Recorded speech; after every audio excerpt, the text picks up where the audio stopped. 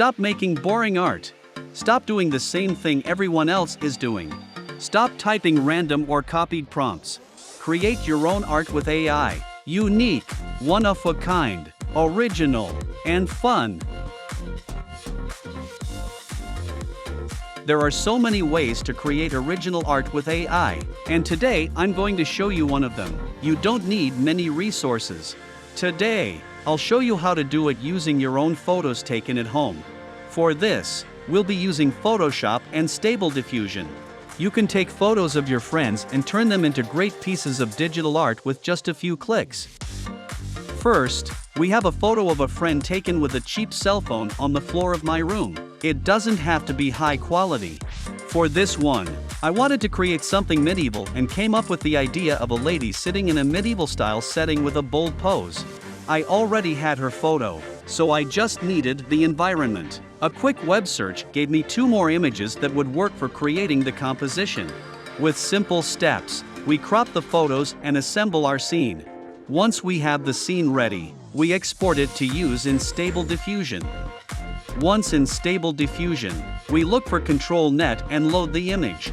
Since my GPU is small, I can only use 2 Control Net units. I usually use depth and soft edge. The first tells Stable Diffusion about the depth in the composition, and the second provides guidelines for creating the image. Remember, we want to create a version of it.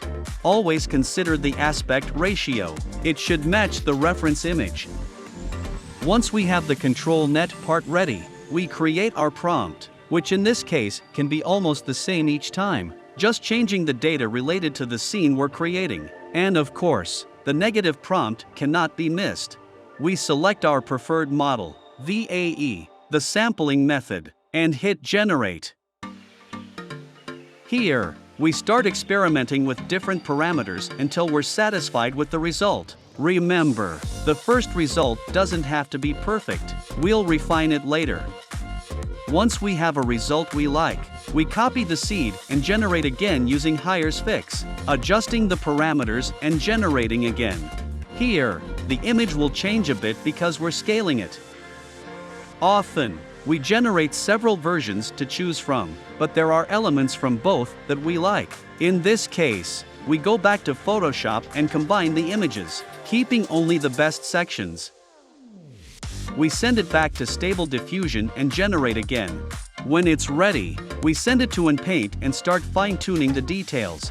One thing to keep in mind, the higher the denoising strength value, the more changes Stable Diffusion will make to the image. Experiment until you achieve the desired result. Finally, after fine-tuning all the details, we upscale the image using Ultimate SD Upscale and import it back to Photoshop for final adjustments. As you can see, with just a few steps, we can create original and unique digital art pieces. In the next video, I'll show you other software we can use. If you liked the video, you can subscribe and give it a like. It would mean a lot to me. Thank you very much, and see you in the next video. Greetings from Cuba.